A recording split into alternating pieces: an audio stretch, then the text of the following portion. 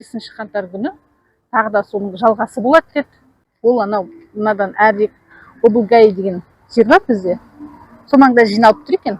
Біз еще ондай жаңа атыс ешнәрсе болады деп ойлаған жоқпыз. Қолымызда еще үйден ту алып шықтық баламызбен. Менің қолымда ту бар, ұлымның қолында ту бар. Екеуміз өстіп жаңағы немізді туымыз желбіретіп өстіп келеміз ғой ана жерге. Сөйтсек, как раз біз келген кезде оқтың астына алсын.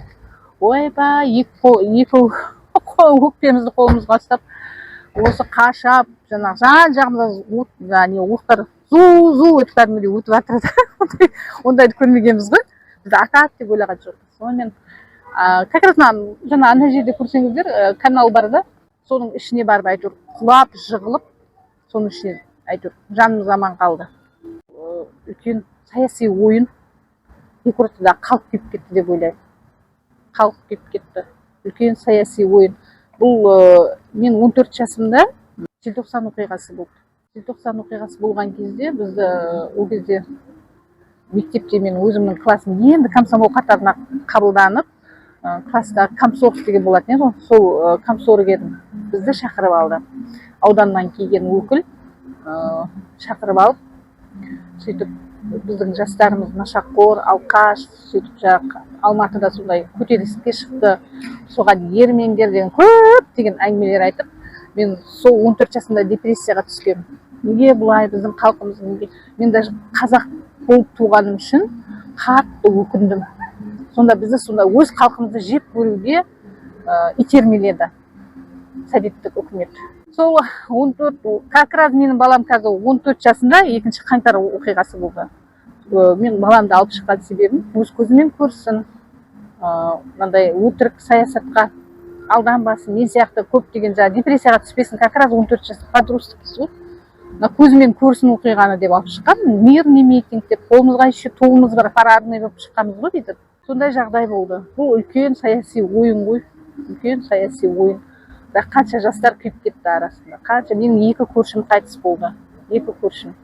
Үйінде отқан жас балдар. Арнайы сол күні алып шыққан үлкен бір топ болды. Арнайы шақырып алып келген осы жерге бәрін. Әйтпесе кім болса бәрі шыға қоймайды ғой, ондай бір нәрсе болып жатыр десе шықпайды. Сөйтіп алып келіп оққа ұшып кетті балдар. Нағыз қазақтың отаным деген жастары шықты. Саяси сауатты. И солардың арасына біздің жаңағы провокаторлар сондай кісілерді қосып жіберген. Ағалары моргке барған кезде көзімізбен көрдік деп, где-то 70-80 адамдай моргте жатыр деп сөйтіп айтты. Мен көрген жоқпын, жаңағы қайтыс болған көршімнің ағасы барған ғой, сол кісі айтты.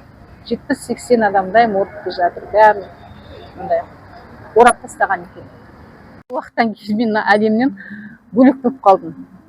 Мен басқа әлемде өмір сүріп жатқан сияқты. Ешкіммен байланыстың бәрін үзіп, депрессияға түскен, глубокий депрессияға түсіп кеттім. Жұмыс қалды, даже балам қалды жайына. Әйтеуір балам ілініп салынып сабаққа барып келеді. Сондай жағдайда болдым көп.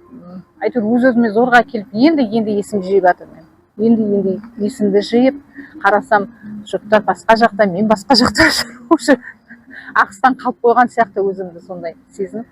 Билік болған кезде ғана өзгертеміз деген пікір болмайды. Әрбір қазақ мейлі ол қарапайым жұмысшы болсын, әркім өзінен бастау керек деп ойлаймын.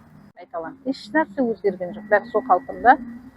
Тек бұл сол қаңтар оқиғасы тек саяси ойын болды.